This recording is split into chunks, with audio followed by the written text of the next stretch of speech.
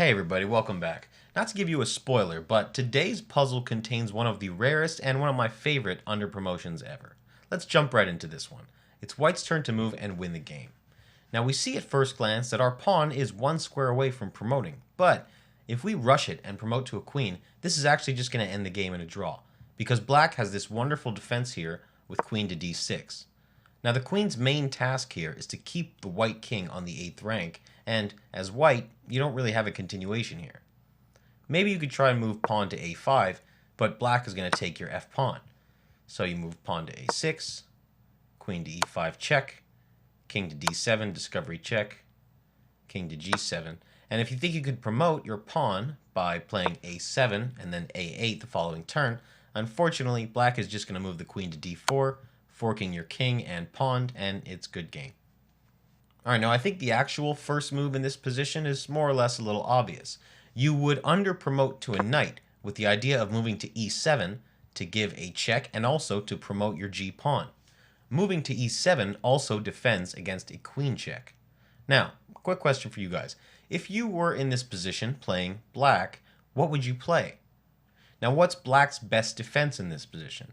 As we said, you can't give any checks because white would defend it with knight to e7, which would put the black king in check as well. So he'd need to move his king, but by doing that, it's going to allow white to promote.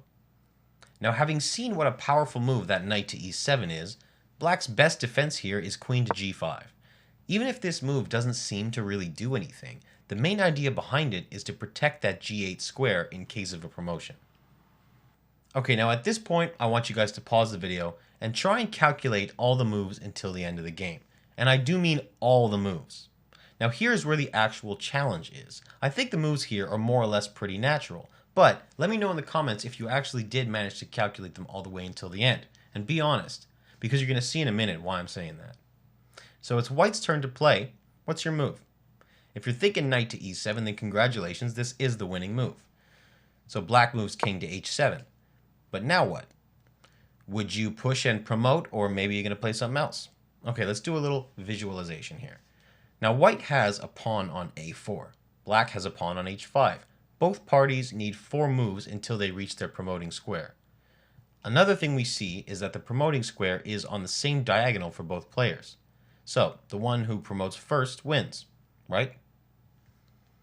Okay, now knowing all of this, we can safely assume that promoting in this position is the correct way to go. Because after all the takes, white is the first to move, thus being the first to promote. And if black doesn't want to waste a move by capturing the knight and wants to push his pawn first, his pawn is not going to get there fast enough because the white knight can catch up to it. Now we have knight to e7, pawn to h3, knight to f5, pawn to h2, knight to g3, and now white is going to be able to stop the black pawn from promoting. So, going back to our position. Black's best move here is to take the knight, and now we have the pawn race. But here is the trickiest move in the entire puzzle. Pause the video, and let me know what your next move is. Write it down in the comments. Alright, so when you paused the video before, and you calculated all the moves until the end, and I told you to be honest, this is why. If your first instinct was to promote to a queen, thinking, hey, I won the game, and then just taking black's newly promoted queen, unfortunately, that move would end the game in a stalemate. Now isn't that kind of incredible? Promoting to a queen will lose the game for you. But maybe you're thinking, wait, I don't need to take the queen. But if you don't take the queen, what are you going to do? If you move the king in for a discovery check, black would just take your queen. If you move your queen anywhere else, let's say b8, to try the discovery check trick, black is not going to give you that opportunity and is going to constantly check you until the game ends in a draw. Under promoting to a rook doesn't work either for that same reason. Black could take you next turn. Alright, so here we are. It's time to promote. Now, remember when I said this puzzle has one of the rarest under promotions you're going to see. And that's because the under promotion here is actually to a bishop. Now that's the correct move. Because if black promotes, you can safely take the queen because the black king can move to the a file. You would be able to take the pawn and promote in the next few turns and then win the game. Even if black doesn't promote next turn and moves his king anywhere on the h file, white's simply going to capture the pawn and easily win the game from here on out. Now be honest, did you manage to calculate that move earlier when you paused the video? If so, congratulations. I messed that up the first couple times when I was playing against the computer. Now, hopefully, you really enjoyed this puzzle as much as I did and found it really challenging, because honestly, this is not an easy one. I'll see you in the next one.